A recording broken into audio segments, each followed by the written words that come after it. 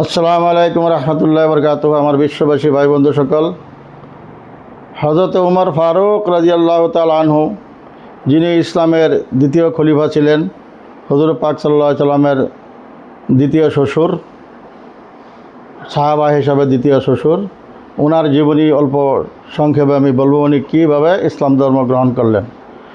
উনি কুফফারদের বহুত বড় একজন সর্দার ছিলেন, বহুত বড় সর্দার। ওনার কথায় সব কিছু চলতো। আবু জেহেলে যা বলতেন, আবু জেহেলে যা বলতো সা শুনতো, আবু জেহেলের কথা মতো চলতো।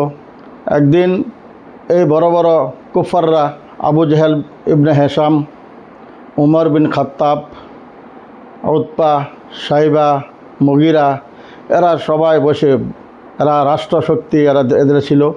এরা সবাই বসে একদিন আলোচনা করলো যে মুহাম্মদকে কীভাবে কতল করা যায়, কীভাবে এই মক্কার জমিন থেকে তাকে নৃশংস করা যায়, ধ্বংস করা যায়। সেই পরিকল্পনা করলো যে কে পারবে মুহাম্মদকে কতল করার জন্য। নাউজুবিল্লাহ।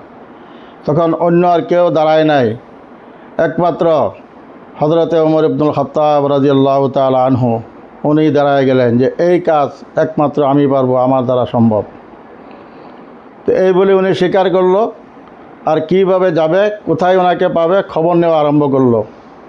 ওইদিকে আল্লাহর নবী, বিশ্ব নবী মুহাম্মদুর রাসূলুল্লাহ সাল্লাল্লাহু আলাইহি সাল্লাম সিজদায় পড়ে আল্লাহর কাছে দোয়া করলেন যে আল্লাহ পাক রব্বুল ইজ্জত, মক্কার জমিনে আমি ইসলাম প্রচার করতেছি, কিন্তু কয়েকজন মানুষকে তুমি যদি একটু এদের থেকে দুইজন থেকে যে কোনো একজনকে যদি তুমি হেদায়েত দাও, তাহলে ইসলামের অবশ্যই ভালো হবে।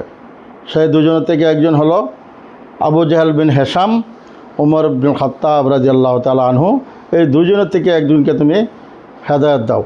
আল্লাহ ওনাদের, আল্লাহর নবীর দোয়া আল্লাহ পাক রব্বুল ইজ্জত কবুল করে নিলেন হযরত উমর ফারুকের কারণে। তখন উমর ফারুক যখন তালাশ করে যাইতেছে যে আল্লাহর নবী কোথায় আছে, ওই সময় যাইতে যাইতে যে হুজুর পাক সাল্লাল্লাহু আলাইহি সাল্লাম উনি বসে আছেন, তখন এক বাড়িতে গিয়ে শুনে যে কোরআন তেলাওয়াত হচ্ছে। তখন ওনার বোনকে, ওনার বোনের জামাই কোরআন তেলাওয়াত করতেছে, ওনার বোনকে দরজায় নক করলেন। নক করার পরে উনি বাহির হয়ে আসলো।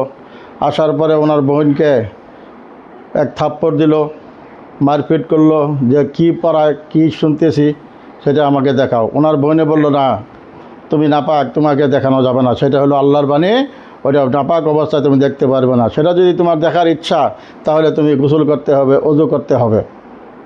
তারপরে গেহারিয়া যখন ওনাকে সংক্ষেপে বলতেছি, এই কোরআনের আয়াত ওনার সামনে তেলাওয়াত করা হলো, তখন উনি হযরত উমর ফারুক বললেন যে আমাকে নিয়ে যাও হুজুরে পাক সাল্লাল্লাহু আলাইহি সাল্লামের কাছে, আমি তোমাকে মেরেছি, আমি ভুল করেছি। তখন হুজুরের কাছে নেওয়া হলো। নেওয়ার সঙ্গে সঙ্গে উনি পড়ে নিলেন, আশহাদু আল্লা ইলাহা ইল্লাল্লাহু ওয়া আশহাদু আন্না মুহাম্মাদান আবদুহু ওয়া রাসূলুহু। উনি ইসলাম গ্রহণ করলেন। সেই দিন থেকে ওপেন চ্যালেঞ্জ করলেন যে মক্কা নগরে আর চুপে চুপে ইসলাম প্রচার করতে হবে না। আজ থেকে তোমরা জোরে সুরে প্রকাশ্যে ইসলাম প্রচার করো, জোরে সুরে আজান দেও।